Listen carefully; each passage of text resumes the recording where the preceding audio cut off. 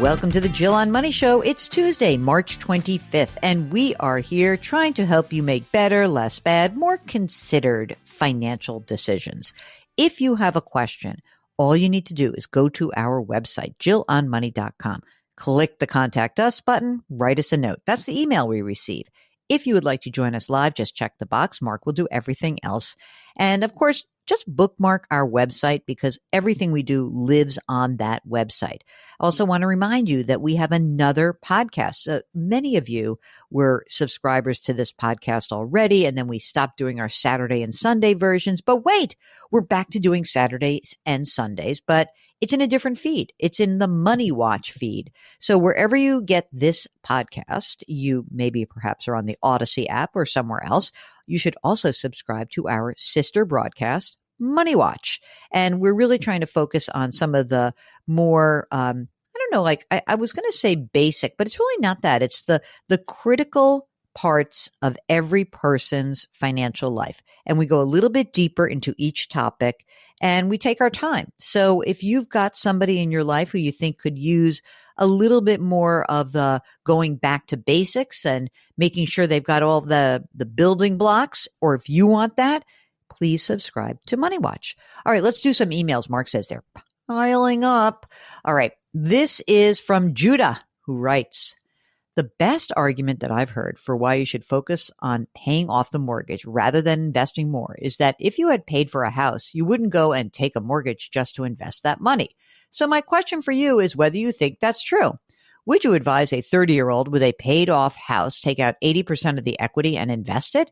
If not, then why not pay it down early? Let's assume rates are around 6%. Thanks again for the show and all of your great advice. My goal is to one day be one of those people who calls into the show and has you and Mark laughing at the absurd amount of money that they've saved.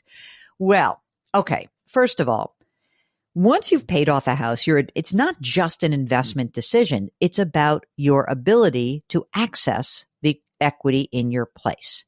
So if I had to do it all over again and rates are at 6%, I might make a different choice. I would say, well, why are you paying that down? You may not just want to invest it, but you might want to have access to it. So here's what I would say. If you're a 30-year-old and a paid off house, would I take out 80% of the equity and invest it? Probably not if rates are at 6%. Would I take 80% of the equity and invest it if my rate was 3%? Yeah, I actually would. I would definitely do that. And that's what happened during COVID when everybody was refinancing. They were refinancing to lower rates, taking money out and either paying down debt or investing it.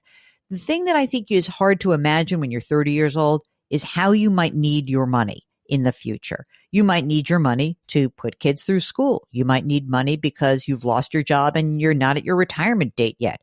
You might need your money because you have a health emergency. With a paid off house, you really are stuck. You may be able to get the money with a home equity line of credit, but you don't know where rates are going to be. So if you want to give us a holler, Judah, and follow up about maybe what you would do if your current situation is that 6% number, then I'm happy to talk about it. But I'm also very interested to find out everything else going on in your financial life. I hope that helps. Okay. This is a question from Susan, who is worried about what she says is the threat to Social Security. Personnel cuts could threaten the reliability of our payments. Due to the recession, when I suffered significant retirement loss in real estate, along with my employer-forced early retirement, my retirement savings is practically gone. Oh gosh, I hate this. I'm almost 67. I rely on Social Security and a small retirement pension through my state. I only have a few $1,000s in emergency reserves. My credit is very good, high score in the high 700s. How do I handle paying monthly expenses and credit card debt if my Social Security payments are late? Well, they're not late yet, Susan, and I'm hopeful that we're not going to see this. I think that if we are worried about the payments system, this to me would be the one place where I doubt that, and I've been wrong about this about other things. So I just doubt that it is a Social Security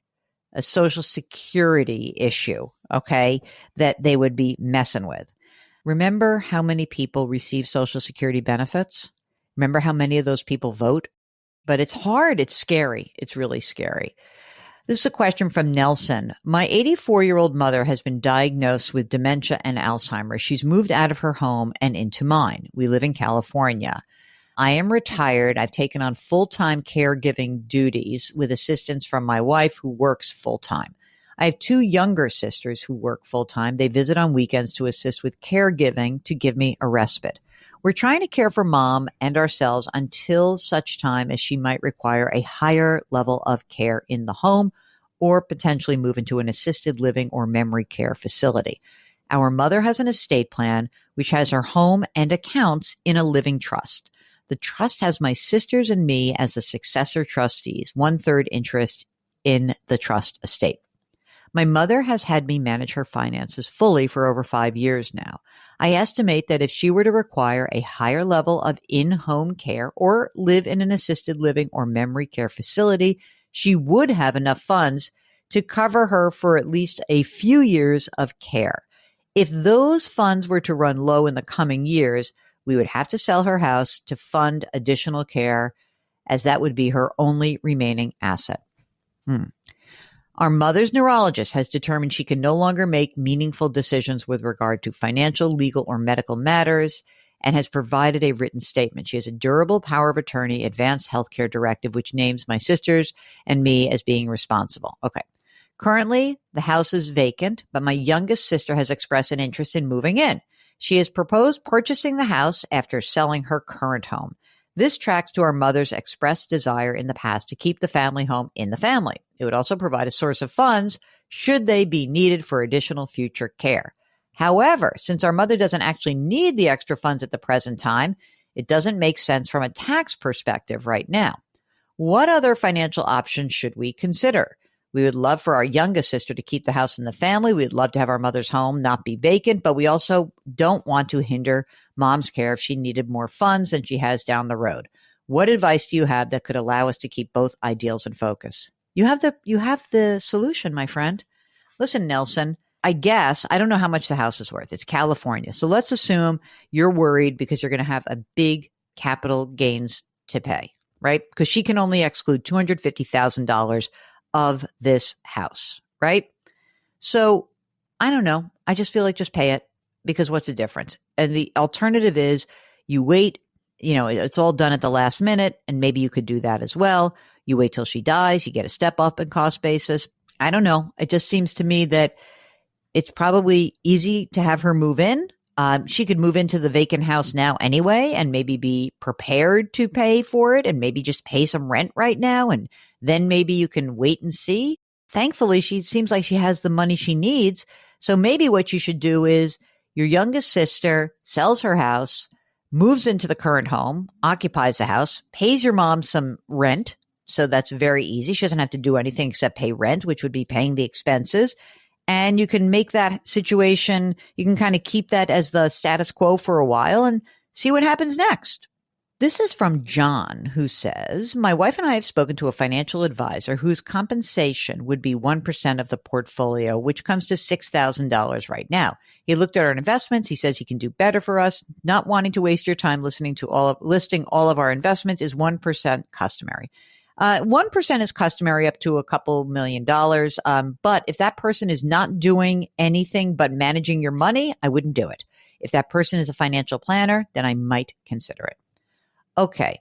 Question from John. We've been getting this over and over again. So the question is, do you think it's possible that President Trump may want to take us into a recession and a lower stock market so others can buy at a lower price? Okay. So I'm 77 years old. I'm single. I have no bills. I've got $1.7 million. I was at 1.8 a few weeks ago, concerned. Look, if you're 77 years old, I'm not going to go into like the motives of what's going on at the administrative level, but if you have $1.7 million and you've got enough money in cash and bonds, then you can ride this out. If you have real concern, you can downgrade your risk profile, meaning that you can say, well, you know what? I'm actually not comfortable having so much money in the stock market, and buy something different or have some cash, but don't switch back when markets change, because they will change.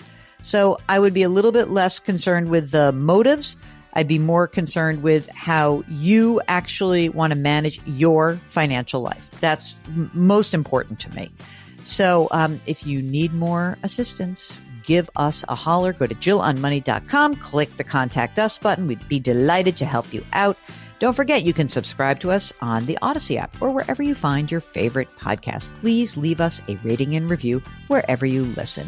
Don't forget to do something nice for someone else today. Change your work, change your wealth, change your life. Thank you for listening, and we'll talk to you tomorrow.